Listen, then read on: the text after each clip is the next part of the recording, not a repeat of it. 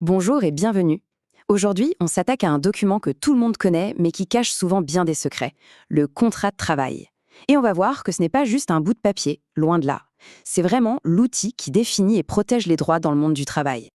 C'est ça, la vraie question. Est-ce que ce document protège vraiment? Parce qu'un contrat de travail, pour qu'il soit une protection efficace, il faut déjà le comprendre. Savoir lire entre les lignes et savoir ce que chaque clause signifie concrètement, au jour le jour. Allez, on entre dans le vif du sujet. Grosso modo, il y a deux grandes familles de contrats. D'un côté, le fameux CDI, le contrat à durée indéterminée. C'est un peu le Graal, ce qui permet d'avoir de la stabilité, de se projeter. Et de l'autre, le CDD, qui lui est censé être une exception, juste pour des missions bien précises et temporaires. Et ouais, on le voit bien, l'un est clairement plus avantageux que l'autre. Alors, voilà le programme pour tout décortiquer. On va regarder le contrat en général, les clauses un peu pièges, la grande question du temps partiel, ce qui se passe quand le poste évolue, les transferts de contrat, et pour finir, un point super important, l'ancienneté. Ok, première section, le contrat de travail lui-même. C'est simple, c'est le socle de la relation entre un employeur et un salarié. Et point essentiel, il doit, je dis bien, il doit être écrit. Et dans ce contrat écrit, peu importe que ce soit un CDI, un CDD, un temps plein ou partiel, il y a des infos qui sont obligatoires. La loi est très claire là-dessus. On doit y trouver le lieu de travail, la classification, le job exact, les horaires, le salaire bien sûr, la date de début et même les infos sur la sécu et la caisse de retraite. Ce n'est pas une option, c'est une obligation légale. Alors attention, petit conseil qui peut tout changer. S'il n'y a pas de contrat écrit, que se passe-t-il? Eh bien, la loi est du côté du salarié. On part du principe qu'il s'agit d'un CDI à temps plein et sans période d'essai. C'est une protection énorme. Donc, un conseil en or, ne jamais accepter de signer un contrat antidaté pour régulariser la situation. Bon, maintenant qu'on a vu la base, on va zoomer sur les petites lignes, vous savez, les clauses qu'il faut absolument avoir à l'œil. Celles qui peuvent paraître sans importance, mais qui en réalité peuvent avoir un impact énorme sur le quotidien. Prenons la période d'essai. Tout le monde connaît le principe. C'est cette phase au début où l'employeur ou le salarié peut rompre le contrat facilement. Mais ce qui est important de savoir, c'est que sa durée est très réglementée. Pour un agent de service, par exemple, c'est 1 mois, pas plus. Et surtout, pour qu'elle existe, elle doit être écrite noir sur blanc dans le contrat. Sinon, il n'y en a pas, tout simplement. Là, on touche à une clause qui est un vrai piège, la clause de mobilité. C'est le genre de phrase qu'on lit en diagonale, mais qui peut avoir de lourdes conséquences. En gros, elle autorise l'employeur à changer le lieu de travail de manière unilatérale. Et le danger, c'est que refuser cette mutation, ça peut être considéré comme une faute et mener à un licenciement. Il faut donc être super vigilant avec ce genre de formulation. Troisième point, et c'est un très gros sujet dans le secteur de la propreté, la question du temps plein ou du temps partiel.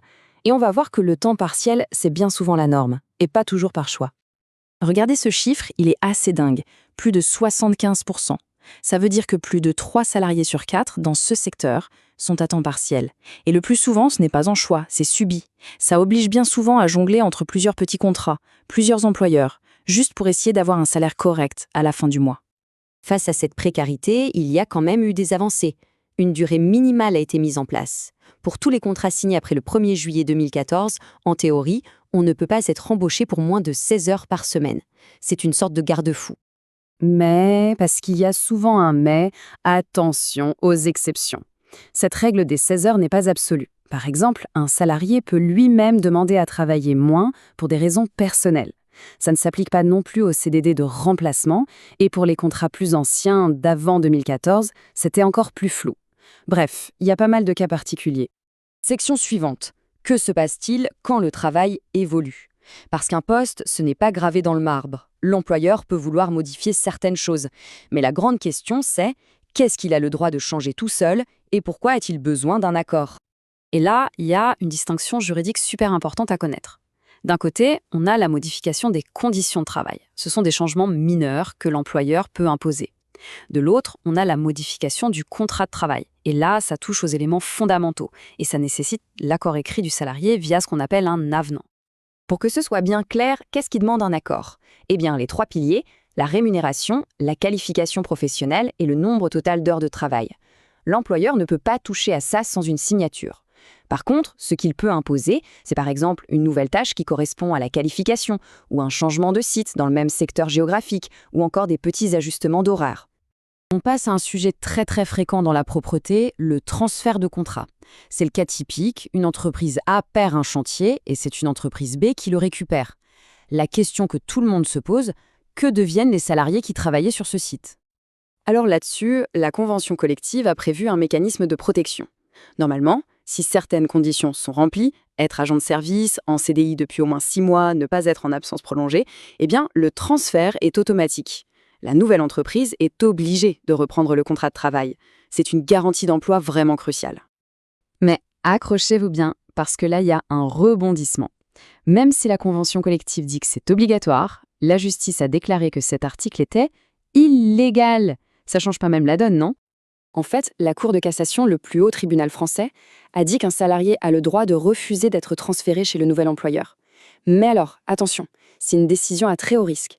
Parce que si on refuse, ça peut être considéré comme une rupture de contrat de sa propre initiative. Et donc, potentiellement pas d'indemnité. C'est pourquoi il est absolument vital de demander un conseil juridique avant même de penser à refuser un transfert. On arrive à notre dernière partie. Et croyez-moi, ce n'est pas la moins importante. Bien au contraire. On va parler de l'ancienneté. C'est un peu comme un capital qu'on accumule au fil du temps et il faut absolument le protéger. L'ancienneté, c'est quoi exactement? Ce n'est pas juste le temps passé dans l'entreprise, non. C'est tout le temps qui s'est écoulé depuis le tout premier jour du contrat de travail actuel. Et le point clé, c'est que même en cas de transfert chez un nouveau prestataire, on conserve cette ancienneté. La date de départ reste la même et ça a un impact sur plein d'avantages.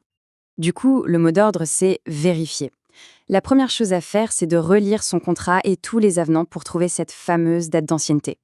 Ensuite, étape 2, on vérifie qu'elle est bien reportée correctement sur sa fiche de paye tous les mois. Et pourquoi c'est si important? Parce qu'elle joue sur les indemnités maladie, le préavis, les indemnités de licenciement, l'évolution de carrière. Bref, une erreur peut coûter très, très cher. Et voilà, on a fait le tour des points essentiels.